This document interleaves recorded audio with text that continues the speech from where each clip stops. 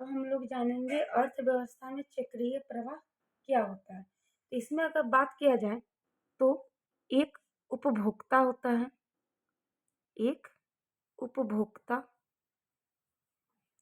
और एक उत्पादक। इसमें हम लोग समझेंगे कि एक उपभोक्ता और एक उत्पादक के बीच में क्या संबंध होता है।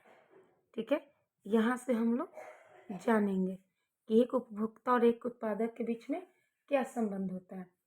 तो अगर हम लोग देखें तो एक उत्पादक जो होते हैं तो एक उपभोक्ता से क्या लेते हैं। ठीक है, अगर एक उत्पादक का बात किया जाए तो एक उपभोक्ता से क्या क्या लेते हैं, तो ये लेते हैं उत्पादन के साधन। क्या लेंगे? उत्पादन के साधन। अब हम लोग पहले लेक्चर में हम लोग जान चुके हैं कि एक उत्पादक का क्या क्या संसाधन होता है। तो इन्होंने लिया भूमि, श्रम, पूंजी और संगठन। किन्होंने लिया? एक उत्पादक ने। अब वही बात किया जाए तो एक उपभोक्ता जो है एक उत्पादक से क्या लेंगे। ठीक है, यहाँ पर अगर बात किया जाए तो ये जो उपभोक्ता है अब ये क्या लेंगे, तो ये लेते हैं साधन के आय। साधन के आय क्या क्या लेंगे, तो यहाँ पे है भूमि, तो भूमि के बदले इन्होंने क्या लिया? किराया। भूमि के बदले किराया। श्रम के बदले इन्होंने क्या लिया? मजदूरी। ठीक है, और पूंजी के बदले ब्याज, और संगठन के बदले एक उपभोक्ता क्या चाहता है? लाभ चाहता है। तो यहाँ पे हमने सबका कि एक उत्पादक का क्या क्या उत्पादन के साधन होते हैं, एक उपभोक्ता के क्या क्या साधन के आय होते हैं, तो यहाँ पे हमने ये जाना। साथ ही साथ अगर हम लोग बात करें तो यहाँ पे आता है वित्तीय क्षेत्र। क्या आता है? वित्तीय क्षेत्र। अब ये वित्तीय क्षेत्र क्या होता है, तो वित्तीय क्षेत्र कहने का मतलब होता है कि बैंक। ठीक है, अब यहाँ से देखिए ये जो उत्पादक क्षेत्र है तो ये क्या करता है, इसे हम लोग औद्योगिकी क्षेत्र भी कहते हैं। इसे हम लोग क्या कहते हैं? औद्योगिक क्षेत्र भी कहते हैं। अब ये जो एक उत्पादक है ये क्या बनाता है, तो ये बनाता है वस्तु एवं सेवाएं। ये क्या बनाएगा? तो वस्तु बनाएगा एवं सेवाएं बनाता है।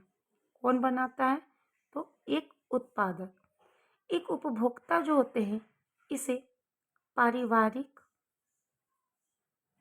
यानी हाउस होल्ड क्षेत्र भी कहते हैं। तो एक उत्पादक जो होते हैं वो वस्तु एवं सेवाएं बनाते हैं, और ये जो उपभोक्ता है इसी वस्तु एवं सेवाओं को कहाँ से खरीदेगा, तो एक उत्पादक से खरीदता है। यानी वस्तुओं एवं सेवाओं पर उपभोग व्यय क्या करेंगे? उपभोग व्यय करेंगे। अब थोड़ा सा हम लोग समझेंगे। यहाँ पे एक उत्पादक ने भूमि के बदले उपभोक्ता को क्या दिया?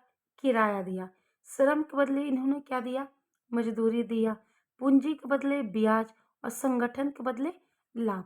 तो अब हमने देखा कि एक उपभोक्ता के पास पैसा आ गया तो इस पैसे को इन्होंने वस्तु एवं सेवाओं पे खर्च किया।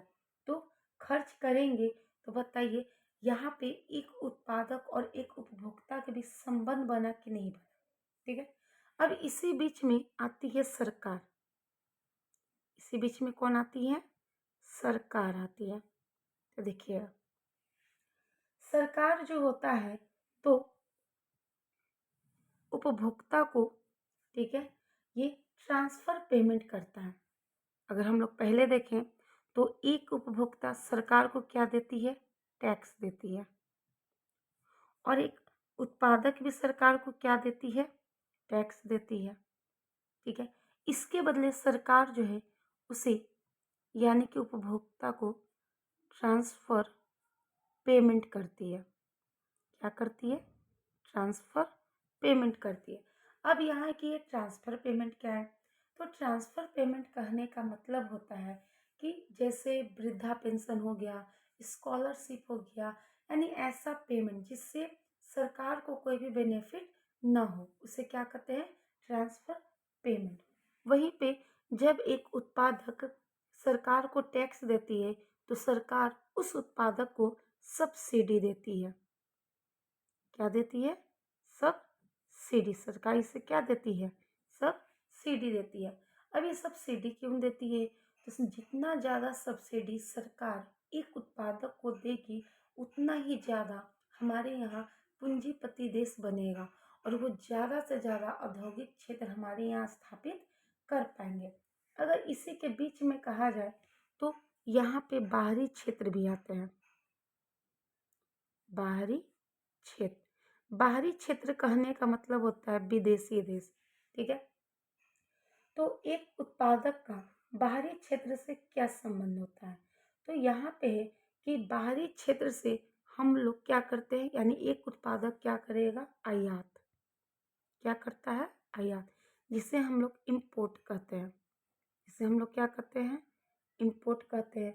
जब इम्पोर्ट मतलब कि जब इम्पोर्ट करेगा आयातों का, तो इसमें किसका इम्पोर्ट कर रहा है? यानी आयात कर रहा है आयातों का। तो इसके बदले एक उत्पादक क्या करेगा? भुगतान करेगा। क्या करेगा? पेमेंट उसे देगा। लेकिन एक उत्पादक अपना वस्तु एवं सेवा को क्या कर सकता है? विदेशी देशों में निर्यात भी कर सकता है। और जब निर्यात करेंगे तो बाहरी क्षेत्र का यानी जो विदेशी देश है उससे हमारे देश में क्या आएगी? डॉलर आएगी। हमारे यहाँ फॉरेन करेंसी आएगी। तो हमारे देश के जीडीपी धीरे धीरे बढ़ना शुरू हो जाएगा। वहीं पे अगर एक उपभोक्ता और बाहरी क्षेत्र का बात किया जाए कि एक उपभोक्ता और बाहरी क्षेत्र में क्या संबंध है, तो देखिए एक उपभोक्ता जो होते हैं तो ये मानव बल क्या करते हैं? मानव बल सॉरी मानव बल का क्या करेंगे? निर्यात करेंगे। मानव बल का निर्यात कहने का तात्पर्य है कि हम लोग अपने वस्तु एवं सेवाओं के साथ अपने आप को बाहर के देशों में काम करने के लिए भेजते हैं। ठीक है। तो बाहरी क्षेत्र से हमारे यहाँ क्या आएगा? विदेशी प्रेषण। क्या आता है? विदेशी प्रेषण। अब ये विदेशी प्रेषण कहने का मतलब क्या होता है? तो विदेशी प्रेषण कहने का तात्पर्य होता है कि जब कोई व्यक्ति बाहरी क्षेत्रों में काम करने जाएगा तो वहाँ से जो भी फॉरेन करेंसी आएगा वो उपभोक्ता कहाँ जाके जमा करेगा? वित्तीय क्षेत्र में। तो हमने उसे पैसे को कहाँ जमा कर दिया? बैंक में। ठीक है। बचत। अब ये जो पैसा है इस पैसे को जो बैंक है एक उत्पादक को इन्होंने क्या दे दिया? ऋण दे दिया, यानी कि लोन दे दिया। लोन देने पे ये जो उत्पादक क्षेत्र है, ठीक है, तो ये इन्हें क्या देंगे? ब्याज देंगे। इन्हें क्या देंगे? ब्याज देंगे। ठीक है। जब लोन लिए हैं तो लोन के साथ साथ वो इंटरेस्ट भी पेमेंट करेंगे बैंक को। और यही लोन जो बैंक होता है तो एक उपभोक्ता को भी थोड़ा मात्रा में एक उपभोक्ता को भी क्या करता है? बैंक उपभोक्ता को ब्याज देता है, यानी इंटरेस्ट देता है। इसीलिए बैंक में पैसे रखने से क्या होते हैं? बेनिफिट होते हैं। तो ये अर्थव्यवस्था में चक्रीय प्रवाह कहने का मतलब होता है। ठीक है। अब हम लोग जानेंगे कि वास्तविक प्रवाह और मौद्रिक प्रवाह किसे कहते हैं। तो वास्तविक प्रवाह कहने का मतलब होता है कि जो उपभोक्ता क्षेत्र होते हैं, कौन होते हैं? उपभोक्ता क्षेत्र। ठीक है। उपभोक्ता क्षेत्र से उपभोक्ता क्षेत्र से उत्पादन क्षेत्र की ओर उत्पादन क्षेत्र की और उत्पादन के जो भी संसाधन है, ठीक है, उत्पादन के साधनों का प्रवाह, उत्पादन के साधनों का प्रवाह, ठीक है, एवं उसके बदले उत्पादक क्षेत्र से उत्पादन क्षेत्र की ओर प्रवाह क्या कहलाता है? हमारा वास्तविक प्रवाह कहलाता है। यानी कि हम कह सकते हैं कि उपभोक्ता क्षेत्र से उत्पादन क्षेत्र की ओर साधनों का प्रवाह एवं उसके बदले उत्पादक क्षेत्र से उत्पादक क्षेत्र से उत्पादन क्षेत्र की और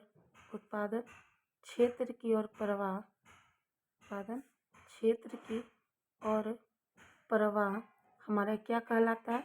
वास्तविक प्रवाह, यानी कि रियल फ्लो। अगर हम वही बात करें मौद्रिक प्रवाह यानी मनी फ्लो किसे कहते हैं, तो उत्पादक क्षेत्र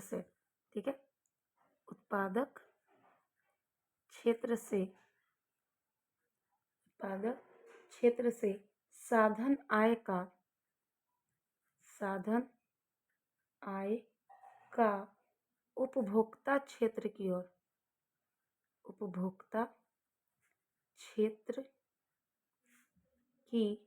ओर प्रवाह एवं उपभोक्ता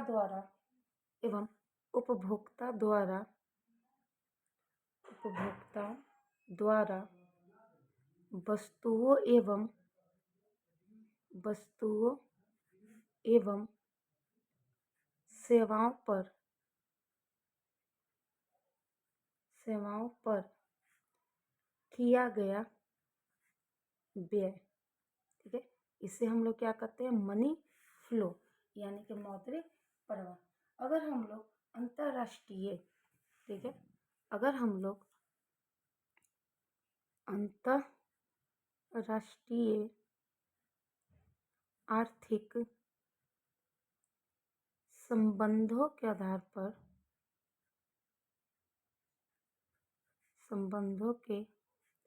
आधार पर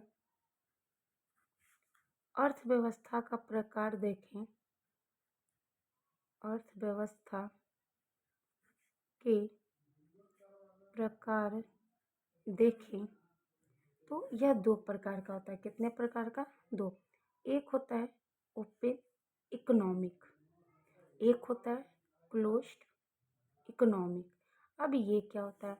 तो ओपन इकोनॉमिक यानी कि खुली अर्थव्यवस्था।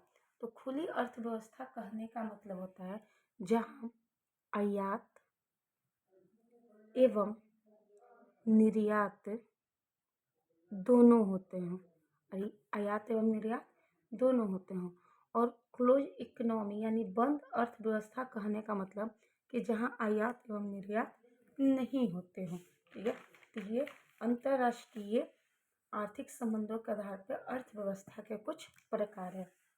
अगर हम लोग यहाँ पे जाने, ठीक है, अगर हम लोग यहाँ जाने कि विश्व बैंक, ठीक है, विश्व बैंक द्वारा देशों का विकास के आधार